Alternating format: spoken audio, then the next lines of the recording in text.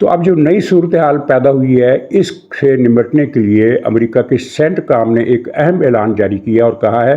کہ ایران غیر فوجی بندرگاہوں سے جہازوں پر حملے کر رہا ہے۔ تو ان بندرگاہوں میں یعنی ہر بندرگاہ ظاہر ہے کسی نہ کسی شہر کا حصہ ہوتی ہے، کسی شہر کے ساتھ ہوتی ہے، کوئی بندرگاہ کسی شہر سے ہٹ کر نہیں ہوتی۔ تو ان بندرگاہوں کے جتنے بھی شہر ہیں وہاں کے شہری اپنے علاقے خالی کر دیں یا محفوظ مقامات پر چلے جائیں، کیونکہ ہم اب ان شہریوں کی جان کی گارنٹی نہیں دے سکتے۔ اس کا مطلب کیا ہے؟ اس کا مطلب یہ ہے کہ امریکہ کے سینٹ کام نے یہ فیصلہ کیا ہے کہ ایرانی ساحل پر جتنی بھی بندرگاہیں ہیں، جن میں جو بڑی بڑی بندرگاہیں وہ تو ہمیں معلوم ہے، لیکن نقشے پر اگر آپ دیکھیں تو چھوٹی چھوٹی بندرگاہیں 6-7 کی تعداد میں اور بھی ہیں۔ وہ بہت چھوٹی اور غیر اہم بندرگاہیں ہوتی ہیں جن میں زیادہ تر ماہی گیر مچھلیاں پکڑتے ہیں اور مچھلیاں وہاں ذخیرہ ہوتی ہیں، پھر وہاں دوسرے شہروں کو جاتی ہیں، یا کوئی تھوڑا بہت کشتیوں میں مال بھی آ جاتا ہے۔ لیکن بڑی بندرگاہیں تو بندر عباس ہے اور بوشہر ہے اور پھر یہ چاہ بہار ہے۔ یہ 3-4 بڑی بندرگاہیں اور 6-7 یا 8 چھوٹی چھوٹی بندرگاہیں۔ تو ان شہروں پر بمباری کی جائے گی، حملے کیے جائیں گے، میزائل حملے ہوں گے یا بمباریاں ہوں گی، اور ظاہر جب ان شہروں پر بمباریاں ہوں گی تو شہری مارے جائیں گے۔ اس لیے امریکہ کے سینٹ کام نے یہ ایک بیان جاری کیا ہے جو کہ بہت ہی اہم بیان ہے، اور اس کا مطلب یہ ہے کہ صدر ٹرمپ کا یہ اعلان کہ جنگ بند ہونے والی ہے وہ غلط ہے یا گمراہ کن ہے، لوگوں کو دھوکہ دینے کے لیے دیا گیا ہے، کیونکہ صدر ٹرمپ کی شہرت آج کی نہیں ہے، بہت پہلے کی ہے کہ وہ ایک ہی سانس میں 6-7 قسم کے بیانات دے دیتے ہیں تاکہ کسی کو کچھ سمجھ میں نہ آئے کہ وہ کہنا کیا چاہتے ہیں اور امریکہ کے ارادے کیا ہیں یا ٹرمپ کے ارادے کیا ہیں۔ مثلا ٹرمپ نے یہ اعلان بھی کیا کہ اب ایران میں چونکہ کچھ بھی نہیں بچا حملہ کرنے کے لیے، وہاں کوئی ٹارگٹ بچا ہی نہیں، تو ظاہر ہے یہ بیان تو ویسے ہی غلط ثابت ہو جاتا ہے، کیونکہ کل بھی ایران نے میزائل حملے کیے ہیں۔ اگرچہ ایران کے میزائل حملوں کی تعداد میں کمی آئی ہے اور میزائل گرنے کے واقعات میں بھی کمی آئی ہے۔ مثلا کل سعودی عرب میں اس نے 5 میزائل داغے، باقی اس نے ڈرون چلائے، اور کویت قطر میں بھی میزائل کم اور ڈرون زیادہ چلائے۔ لیکن اس کا مطلب یہ ہے کہ ایران کے پاس اب بھی میزائل ہیں، اب بھی اس کے میزائل لانچر کام کر رہے ہیں، وہ چاہے کم تعداد میں ہیں لیکن وہ لانچر کام کر رہے ہیں، ان کے لانچنگ پیڈ بھی ہیں، ان کے پاس میزائلوں کے سٹور بھی ہیں۔ تو ٹرمپ کا یہ دعویٰ تو بالکل غلط ہے کہ اس نے تمام اڈے فنا کر دیے ہیں، زیادہ تر اڈے فنا کر دیے ہوں گے، لیکن ایک تعداد تو ان اڈوں کی باقی ہے، اور انہی کے بل بوتے پر ایران نے یہ کہا ہے کہ وہ اسرائیل پر اب لامتناہی حملے کرے گا، مسلسل حملے کرے گا، اور صرف یہی نہیں بلکہ پورے خطے میں اس نے نئے اہداف کو ہٹ کرنے کا فیصلہ بھی کیا ہے، اور یہ نئے اہداف ہوں گے امریکہ اور اسرائیل کے مالیاتی ادارے۔ اسرائیل کے مالیاتی ادارے تو ہر جگہ نہیں ہیں، ظاہر سعودی عرب میں نہیں ہے، بحرین میں بھی نہیں ہے، یمن میں بھی نہیں ہے، لیکن اسرائیل کے مالیاتی ادارے متحدہ عرب امارات میں موجود ہیں۔ لیکن امریکہ کے اڈے تو ہر جگہ ہیں۔ اڈے سے مراد بینک ہو سکتے ہیں، مالیاتی ادارے ہو سکتے ہیں، اور وہ ایسے دوسرے تمام ادارے جو بظاہر ان کے نام کے ساتھ بینک نہیں لگا ہوا لیکن وہ کام فنانسنگ کرتے ہیں یا فنانسنگ کو کنٹرول کرتے ہیں یا ریگولیٹ کرتے ہیں۔ تو ایسے ادارے پاکستان سے لے کر ترکی تک اور سعودی عرب سے لے کر مصر تک اور اردن، یمن، یعنی جتنے بھی اس خطے میں ممالک ہیں سب میں امریکہ کے مالیاتی ادارے اور بینک کام کر رہے ہیں۔ تو یہ اہداف کی ایک لمبی فہرست ہے، اور اس میں رسک کی بات یہ ہے کہ یہ مالیاتی ادارے فوجی اڈوں پر نہیں ہوتے، یہ سفارتی انکلیوز میں بھی نہیں ہوتے، بلکہ یہ عام شاہراہوں پر ہوتے ہیں، جیسے مال روڈ ہے، جیسے جیل روڈ ہے، جس طرح بڑی بڑی سڑکیں ہیں مختلف شہروں کی۔ تو اس طرح کی سڑکوں پر عام آبادیوں کے بیچ میں، بلکہ آبادی کے مراکز میں یہ بینک ہوتے ہیں تاکہ یہ فنانسنگ کا کام چلتا رہے۔ تو اس کا مطلب یہ ہے کہ شہری اہداف کی فہرست طویل ہو جائے گی۔ کسی بھی بینک کو اسرائیل میزائل مارے گا تو لازمی بات ہے کہ ارد گرد کی عمارتیں بھی متاثر ہوں گی، ان پر ملبہ گرے گا اور شہری مارے جائیں گے۔ اور کل متحدہ عرب امارات نے بھی یہ اعلان کیا ہے کہ یہ ایران غلط بیانی کر رہا ہے کہ وہ فوجی اڈوں پر ہٹ کر رہا ہے، اس کی تمام تر ہٹس سول انفراسٹرکچر پر ہو رہی ہیں، جو کہ قابل مذمت بات ہے۔ خلاصہ یہ ہے کہ اب اس صورتحال میں جنگ کا میدان بھی وسیع ہوتا ہوا نظر آ رہا ہے۔ میدان سے مراد یہ ہے کہ ایران کی ساحلی بندرگاہیں جو امریکہ جن کو ہٹ نہیں کر رہا تھا، اور بلکہ تیل کی تنصیبات اسرائیل نے جب ہٹ کی تھی تو امریکہ نے اسرائیل کو ڈانٹ پڑائی تھی اور اسرائیل کو روک دیا تھا کہ تیل کی تنصیبات کو نقصان نہیں پہنچانا، کیونکہ یہ اگلی حکومت کے کام آئیں گی۔ اس کا مطلب یہ ہے کہ اگلی حکومت کا نقشہ امریکہ کے ذہن میں ہے، اگرچہ فی الحال اس نے کہا ہے کہ رجیم چینج ہمارا مقصد اب نہیں ہے، لیکن نظر آتا ہے کہ رجیم چینج پر ان کی نظر بدستور ہے۔ اچھا، اس دوران ایران میں ایک اور یعنی انتباہ جاری کیا ہے انقلابی کونسل نے، یہ پاسداران انقلاب اور پولیس نے، وہ جو انہوں نے کہا تھا اسرائیل نے اور امریکہ نے کہ ہم نے ایران کے اہداف تباہ کر دیے ہیں، تنصیبات تباہ کر دیے ہیں، تو یہ عوام کے لیے ایک سنہری موقع ہے کہ وہ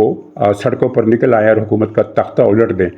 تو اس کے بعد کچھ عوامی سطح پر ہلچل کی اطلاعات ایرانی انٹیلیجنس کو ملی کہ تیاری ہو رہی ہے، یعنی مظاہرے کہیں نہیں ہوئے، لیکن کچھ ادارے، کچھ تنظیمیں، کچھ گروپ انفرادی طور پر آپس میں رابطے کر کے اس طرح کی اطلاعات شیئر کر رہے ہیں، پیغامات شیئر کر رہے ہیں، جن سے یہ پتہ چلتا ہے کہ وہ کوئی مظاہرے کرنے کا ارادہ رکھتے ہیں۔ تو ایران کی پولیس نے پاسداران انقلاب کے ساتھ مل کر ایک بیان جاری کیا ہے کہ جو بھی آدمی سڑکوں پر آئے گا وہ یاد رکھے کہ ہماری انگلی ٹریگر پر ہے، یعنی جو بھی سڑکوں پر آئے گا اسے گولی مار دی جائے گی۔ تو یہ ایک نیا پہلو اس میں شامل ہو گیا ہے۔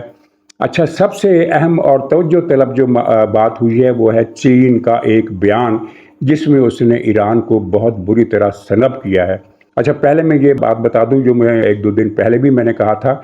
کہ ماضی میں ہم نے یہ اطلاعات دیکھی اور پڑھی کہ چین کی طرف سے ایران کو میزائل ٹیکنالوجی دی گئی ہے۔ بعد ازاں چین نے اس کی تردید کی اور امریکہ نے بھی اس کی تردید کی، اور ان اطلاعات کا ماخذ یہ تھا کہ چین نے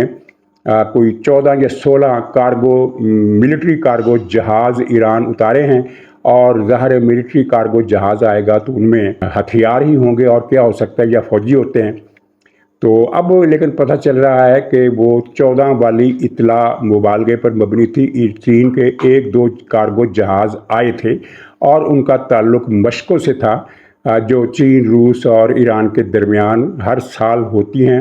اور چین کو کوئی اضافی اسلحہ نہیں دیا گیا، نہ ٹیکنالوجی دی گئی، اور اس کا ثبوت بھی ملا۔ اور اس کا ثبوت یہ تھا کہ ایران نے اپنے اہداف پر جتنے بھی حملے کیے، عرب ملکوں پر جو حملے کیے، جو اسرائیل پر کیے، ان میں کسی جگہ بھی ایسی کوئی ایویڈنس نہیں ملی کہ اس نے کسی چینی ساختہ میزائل یا چینی ٹیکنالوجی کا استعمال کیا ہو۔ اور چینی ٹیکنالوجی سے مراد ہے کہ ڈیفنس کی جو بڑی شہرت ہے چین کی ٹیکنالوجی بہت زبردست ہے، اور جس کا مظاہرہ پاکستان اور انڈیا کی جنگ کے دوران بھی ہوا، وہ ایران میں استعمال ہوتی ہوئی کہیں بھی نظر نہیں آئی۔ اس لیے کہ ایران میں اگر امریکہ اور اسرائیل نے 100 اہداف کا ٹارگٹ بنایا تھا تو وہ 100 کے 100 اہداف ہٹ ہوئے، ایک بھی مس نہیں ہوا، جس کا مطلب یہ ہے کہ اگر چین کی ٹیکنالوجی ایران کے پاس ہوتی تو کچھ نہ کچھ ان کے حملے مس ہو جاتے، جو کہ نہیں ہوئے۔ اور اب چین نے جو بیان جاری کیا ہے اس میں ایران کا نام لیے بغیر شدید مذمت کے الفاظ استعمال کیے گئے ہیں۔ شدید مذمت، یعنی چین کی وزارت خارجہ کے بیان میں کہا گیا ہے کہ چین عرب ملکوں پر حملوں کی شدید مذمت کرتا ہے اور مطالبہ کرتا ہے کہ پڑوسی عرب ملکوں کا احترام کیا جائے، ایران کا نام نہیں ہے۔ تو پڑوسی عرب ملکوں کا احترام کرنے کا مطالبہ کس سے کیا جا رہا ہے؟ ظاہر ہے ایران سے کیا جا رہا ہے، اور عرب ممالک پر، مڈل ایسٹ کے ممالک پر جو حملے ہو رہے ہیں تو وہ ایران کر رہا ہے، تو ان حملوں کی شدید مذمت کی گئی ہے، یعنی کہ چین نے ایران کا نام لیے بغیر ایران کی شدید مذمت کی ہے، اور ساتھ ہی بیان میں یہ مطالبہ کیا ہے کہ معاملات کو ایز کیا جائے، یعنی کہ مذاکرات کا لفظ استعمال نہیں کیا گیا، لیکن مطلب اس کا یہی ہے کہ مذاکرات کیے جائیں۔ گویا کہ چین نے ایران کی کسی بھی قسم کی مدد کرنے یا اسے ریلیف دینے کا سے انکار کر دیا ہے، اور وہ اس معاملے میں اگرچہ ایک دن پہلے یہ چین کا بیان آیا تھا کہ وہ ایران کے ساتھ ہے، اور وہ بڑا ٹیکنیکل ڈپلومیٹک لینگویج کا بیان تھا جس میں ایران پر حملوں پر تنقید کی گئی تھی لیکن مذمت نہیں کی گئی تھی۔ یہ بات بھی قابل ذکر ہے کہ ایران پر حملوں پر تنقید کی گئی تھی، انہیں تنقید کا نشانہ بنایا گیا تھا لیکن مذمت نہیں کی گئی تھی، جبکہ سعودی عرب، کویت، قطر، بحرین، ان ملکوں پر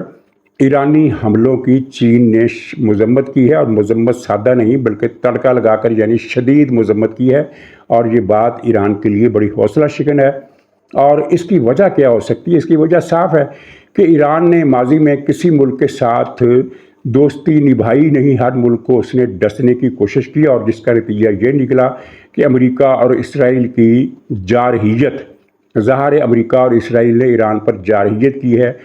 غیر قانونی حملے کیے ہیں، ناجائز حملے کیے ہیں، لیکن جارحیت ہونے کے باوجود دنیا ایران کے ساتھ کھڑی نہیں ہوئی، وہ غیر جانبدار ہے۔ کچھ ملک ان حملوں کی حمایت کر رہے ہیں اور زیادہ تر ملک ان حملوں پر خاموش ہیں۔ اکا دکا ممالک نے مذمت کی ہے، جیسا کہ اسپین نے مذمت کی ہے، اور اسپین نے تو اسرائیل سے اپنا سفیر بھی واپس بلا لیا ہے، اور وہ اسرائیل اور امریکہ سے سخت ناراض بھی ہے کہ وہ ایران پر حملے کیوں کر رہے ہیں۔ لیکن یہ لسٹ بہت لمبی ہونی چاہیے تھی، ایران پر حملے کی مذمت کرنے والے ممالک کی لسٹ بہت لمبی ہونی چاہیے تھی، جو نہیں ہے، اور جس کی وجہ ایران کی پالیسیاں ہیں۔ تو ابھی اس میں کوئی شک نہیں کہ ایران ان ملکوں میں امریکہ کے اڈوں کو بھی نشانہ بنا رہا ہے، لیکن وہ انفراسٹرکچر کو بھی نشانہ بنا رہا ہے۔ پہلے دن اس نے سعودی عرب کی ریفائنری پر حملہ کیا، پھر اس کی تردید کر دی، لیکن سعودی عرب نے اس کی تردید نہیں مانی، کیونکہ وہاں جو میزائل اور ڈرون طیارے خاص طور پر جو گرے تھے وہ ایران کے ساختہ تھے۔ لیکن اس تردید کے بعد بھی ایران نے سعودی عرب کے ہوائی اڈوں اور آئل ریفائنریوں پر مزید حملے کیے، جس کا مطلب یہ ہے کہ ایران کا جو پہلے دن کا اظہار لا تعلقی تھا وہ غلط تھا۔ اچھا، ایک ڈیولپمنٹ اور ہوئی ہے، وہ ہے پیوٹن نے دوبارہ فون کیا ہے ایران کے صدر پرشکیان، بڑا مشکل سا نام ہے، تو اس کو دوبارہ فون کیا ایک ہفتے میں، اور وہی باتیں کی ہیں جو پہلے فون میں کی تھی۔ اس فون میں کیا کہا ہے؟ اس میں پیوٹن نے ایران سے کہا کہ وہ مذاکرات کی طرف آئے، مصالحت کی طرف آئے، کشیدگی دور کرنے کی طرف آئے، یعنی اس نے امن کا بوجھ ایران پر ڈال دیا ہے۔ حالانکہ روس اس کا اتحادی ہے۔ اس سے پہلے امریکہ کی وزارت دفاع کے ذرائع کی طرف سے یہ خبر آئی تھی کہ روس ایران کو انٹیلیجنس فراہم کر رہا ہے، اور ان انٹیلیجنس معلومات کی بنیاد پر ایران امریکی اہداف پر نشانے لگا رہا ہے۔ لیکن بعد میں پھر امریکی حکام نے اس کی تردید کی، اور پھر بعد میں امریکی حکام نے تیسرا موقف جاری کیا کہ اول تو روس مدد کر نہیں رہا، لیکن اگر وہ کر بھی رہا ہے تو اس سے کوئی فرق نہیں پڑتا، وہ بہت ہی غیر اہم قسم کی مدد ہے۔ لیکن اب ہمیں پتہ چل رہا ہے کہ روس جو ہے وہ ایران کا ساتھ دینے کی پوزیشن میں تو خیر وہ نہیں ہے، یہ تو پہلے دن سے پتہ ہے، لیکن اب وہ ایران سے کہہ رہا ہے کہ وہ پہل کرے اور صلح کرے۔ اچھا، صلح کیسے کرے؟ مسئلہ کیا ہے؟ مسئلہ یہ ہے کہ صلح تو ہو سکتی ہے ان دو مطالبات کو منظور کرنے کے ساتھ ہی، ان کے بغیر نہیں ہو سکتی، جن مطالبات کو ایران نے مسترد کر دیا ہے، اور اگر وہ اس مرحلے پر ان مطالبات کو مان لیتا ہے تو یہ ایران کی طرف سے اپنی شکست کا اعلان کرنے کے مترادف ہوگا، کہ جو ایران کسی صورت نہیں کر سکتا۔ اور دوسری بات بڑی اہم ہے، وہ یہ ہے کہ صدر پرشکیان، جو بھی نام ہے ان کا، وہ کسی پوزیشن میں نہیں ہے، کیونکہ تازہ ترین خبریں بتاتی ہیں کہ ایران میں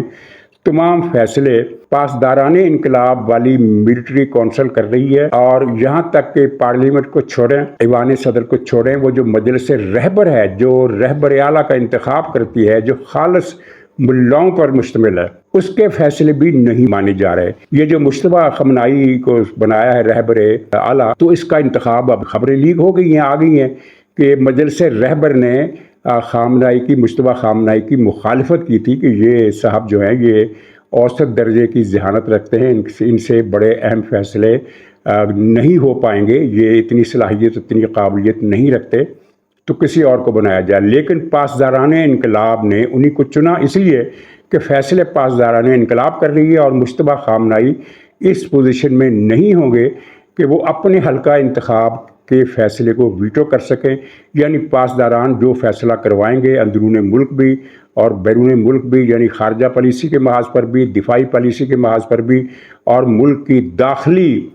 سیکورٹی اور سیاست کے حوالے سے بھی، پاسداران جو فیصلہ کریں گے، مشتبہ منائی ان پر وہ سائن کریں گے، ان کی تائید کریں گے، اور